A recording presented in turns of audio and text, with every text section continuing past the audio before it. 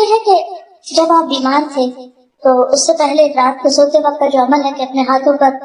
تینوں کل پڑھ کر سارے جسم پر خود انسان دم کرے، ہم نے سارے کو کرنا چاہیے، کیونکہ سوتے ہوئے انسان تو اپنے آپ سے بھی غافل ہوتا ہے، کوئی چیز آ کے کاٹ نہ جائے، کوئی چیز آ کے نقصان نہ دے، تو وہ ایک طرح سے پوری حفاظت ہو جاتی ہے۔ تو جب نبی صلی اللہ علیہ وسلم بیمار ہوئے تو آپ حضرت عائشہ کو کہتے کہ وہ پڑھیں یا وہ آپ کے اوپر ہاتھ پھیرے۔ حضرت عائشہ کہتی ہیں کہ نبی صلی اللہ علیہ وسلم اپنے گھر کے بعض بیماروں پر یہ دعا پڑھ کر دم کرتے اور اپنا دانا ہاتھ پھیرتے، اے اللہ لوگوں کے پالنے والے، تکلیف کو دور کر دے، اسے شفا دے، تو ہی شفا دینے والا ہے،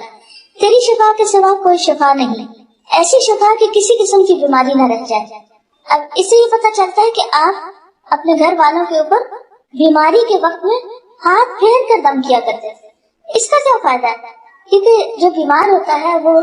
ایک طرح سے اپنے آپ کو تنہا محسوس کرتا ہے، تکلیف میں محسوس کرتا ہے، تو ہاتھ کا جو ٹچ ہے اور ہاتھ پھیرنا جو ہے اس کے اوپر، یہ اس کے لیے باعث تسکین ہوتا ہے۔ حضرت عائشہ یہ کہتی ہے کہ رسول اللہ صلی اللہ علیہ وسلم گھر والوں میں سے جب کوئی بیمار ہوتا تو آپ معوذات پڑھ کر اس پر پھونک مارتے،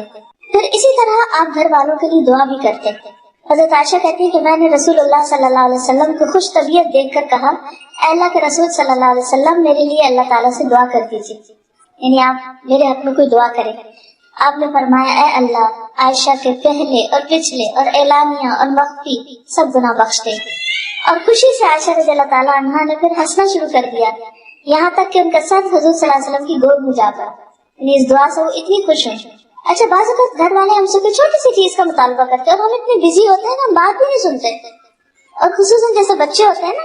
تو وہ کہتے ہیں کہ 1 منٹ کی بات ہے، ہم کہتے جاؤ جاؤ ابھی نہیں وقت، پھر آنا، وہ چھوٹا سا کام کہتے کر رہے، ہم کہتے ابھی کام یاد آیا آپ کو، ابھی تو مجھے یہ کرنا ہے، ہم تنگ آتے ہیں۔ تو ٹھیک ہے، جب اسٹریس ہو تو کسی کو نہیں کو مطالبہ کسی کام کا کرنا چاہیے، لیکن ایک دوسرے کے لیے سامنے دعا کرنا، بول کے دعا کرنا، ایک دوسرے کے ساتھ ایک تعلق کو شو کرتا ہے۔